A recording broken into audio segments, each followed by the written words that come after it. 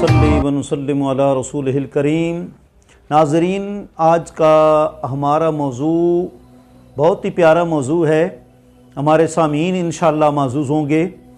खुशबख्ती की अलामतें और बदबख्ती की अलामतें हदीस में क्या क्या आई हैं।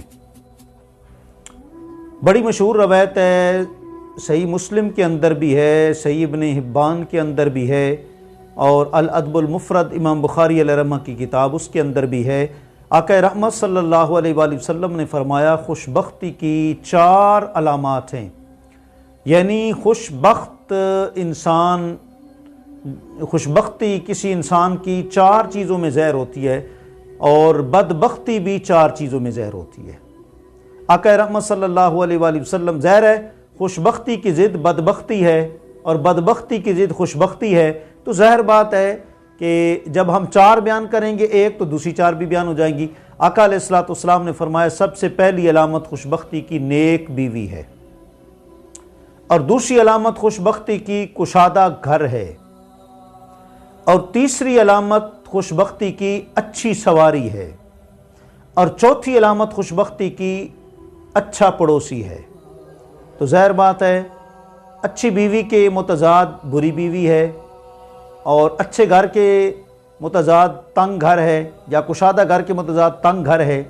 और तीसरा क्या है कि अगर पड़ोसी अच्छा नहीं है तो उसके मुतज़ाद बुरा है जी। तो और सवारी का भी यही है कि अच्छी सवारी। मतलब यह है कि इन 4 चीज़ों के अंदर अगर आप फ़र्ज़ करते हैं तो इन्हीं के अंदर बदबख्ती हो सकती है और यही खुशबख्ती की अलामत हो सकती है। नेक बीवी एक रवायत में यूँ भी आता है, आका अलैहिस्सलातु वस्सलाम ने फरमाया दुनिया कुल्लुहा मताउन व खैरु मताइद दुनिया अल मरअतुस सालिहा। फरमाया कि दुनिया सारी की सारी नफ़ा उठाने का सामान है, लेकिन सबसे बेहतरीन सामान नफ़ा उठाने का नेक औरत है।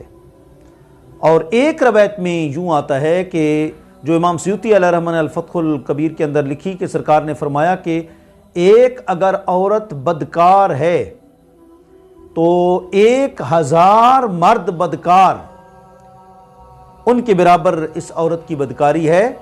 और ये नहीं कि सिर्फ हुजूर ने यही बयान फरमाया, दूसरा पहलू भी सरकार ने बयान फरमाया। आपने फरमाया कि अगर एक औरत अच्छी है, नेक उसका अमल है, तो एक औरत का अमल 70 सिद्दीक उनके अमाल के मुशाबे है जी। और एक रवायत तो बहुत ही तफसीली है जो क्या कहते हैं कि इब्न हिब्बान के अंदर मौजूद है। हज़रत सहाबी रसूल हज़रत काब बिन उजरा रज़ियल्लाहु ताला अन्हु कहते हैं कि एक दिन आका रहमत सल्लल्लाहु अलैहि वसल्लम ने हमें फरमाया, ऐ सहाबा क्या मैं तुम्हें ये न बता दूं कि जन्नती लोग कौन कौन से हैं। तो सहाबा ने अर्ज़ की जी हाँ या रसूल सल्लम, क्यों नहीं, आप इरशाद फरमाइए। तो सरकार ने फरमाया कि सबसे पहले जन्नती लोग जो है जन्नत में जो है नबी जाएंगे।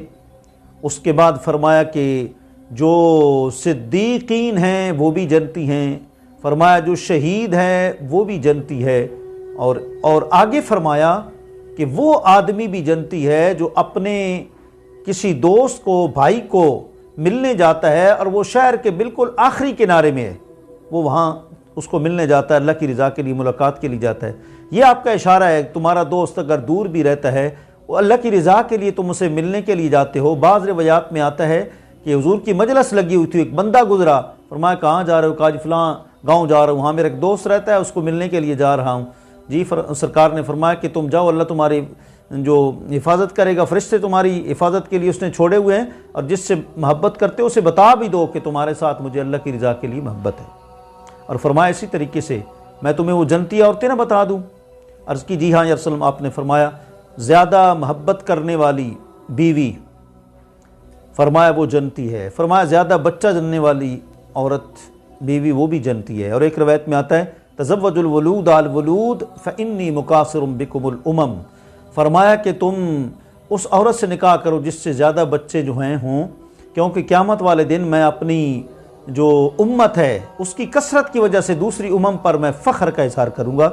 निसाई के हाशिए में लिखा है कि ये कैसे पता चलेगा, तो फरमाया उसकी दीगर बहनें, दीगर जो है वो करीबी रिश्तेदार, उनसे अंदाज़ा हो जाएगा। تو فرمایا کہ جو اگر تم اپنے خامدوں کے پاس بار بار آیا کرو، ان کو ناراض نہ کیا کرو۔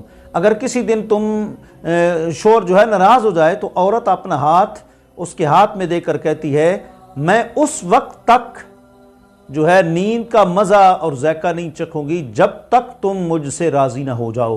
اور جامع ترمذی کی ایک روایت میں آتا ہے آقا علیہ الصلوۃ والسلام نے فرمایا کہ جب کوئی عورت اپنے شوہر سے جھگڑتی ہے تو پھر جو جنت کی حوریں ہیں وہ کہتی ہیں کہ اس سے مت جھگڑ، اس کی تھوڑی زندگی باقی رہ گئی ہے، یہ ہمارے پاس جنت میں آ جائے گا۔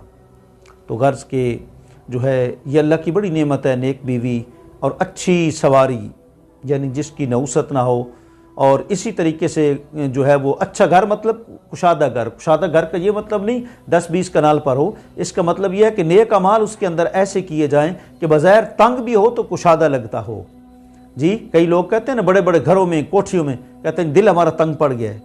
جی وہ گھر کی نحوست ہوتی ہے، شیطانی اثرات ہوتے ہیں۔ گھر کے اندر سورہ بقرہ پڑھی جائے تو جنات، سایہ، شیطانی اثرات سب ختم ہو جاتے ہیں۔